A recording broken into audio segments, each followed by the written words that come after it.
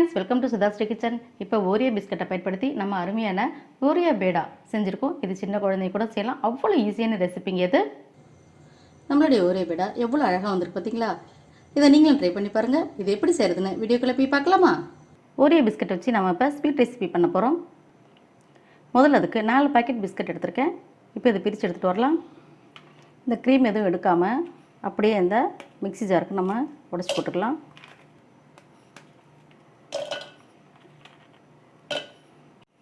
ஜாரு குட்டியாக இருக்குல்ல, முதல்ல 2 பாக்கெட் எடுத்து நான் பொடி பண்ணி எடுத்துகிட்டு வர போகிறேன்.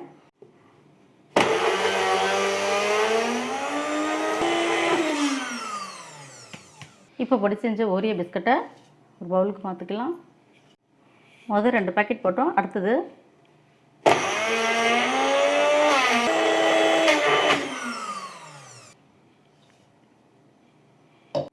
இதை சின்ன குழந்தைங்க கூட செய்யலாம், அந்தளவுக்கு ஈஸியானது இது.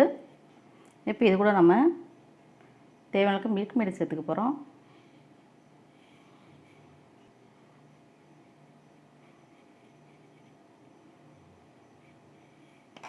இதை அப்படியே பிசைஞ்சு விட்டுட்டே வருவோம்.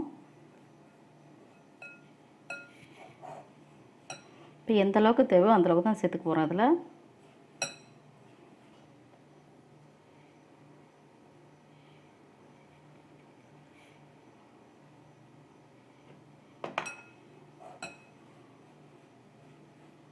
மில்க்மெய்ட் சேர்த்து நல்லா கலந்து விட்டாச்சு. இப்படி உருண்டை பிடிச்சா வரும். இந்த பதத்துக்கு நம்ம நல்லா சேர்த்தாச்சு. இப்போ எப்படி ஓரியோ பேடா செய்கிறதுன்னு பார்க்கலாம். கையில் கொஞ்சமாக நெய் அப்ளை பண்ணிக்கலாம். கொஞ்சம் கொஞ்சமாக எடுத்து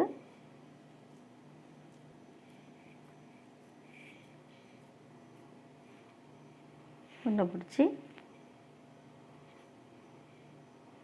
தட்டிட்டு நடுவில் லைட்டாக இப்படி ப்ரெஸ் கொடுக்கணும். ஓரத்தில் விரிசல்லாம் எதுவும் வராத அளவுக்கு இப்படி ஒரு ப்ரெஸ் கொடுத்துடணும். இதே மாதிரி எல்லாத்தையும் செஞ்சு எடுத்துகிட்டு வரலாம். நம்மளோட ஓரியோ பேடா அருமையாக ரெடி ஆயிடுச்சு. இந்த மாதிரி டெக்கரேட் பண்ணிக்கலாம். ரொம்ப சூப்பராக இருக்கும் டேஸ்ட்டு. இது சின்ன குழந்தைங்க கூட செய்யலாம், அவ்வளோ அருமையாக இருக்கும். நீங்களும் ட்ரை பண்ணி பாருங்கள். உங்களுக்கு இந்த ஓரியோ பேடா பிடிச்சிருந்துச்சுன்னா சுதாஸ்ரீ கிச்சனுக்கு சப்ஸ்கிரைப் பண்ணுங்கள், ஃப்ரெண்ட்ஸ் அண்ட் ரிலேட்டிவ்க்கு ஷேர் பண்ணுங்கள், லைக் பண்ணுங்கள், கமெண்ட் பண்ணுங்கள். ஆரோக்கியமானதே சமைப்போம், ஆனந்தமாக இருப்போம். தேங்க்யூ.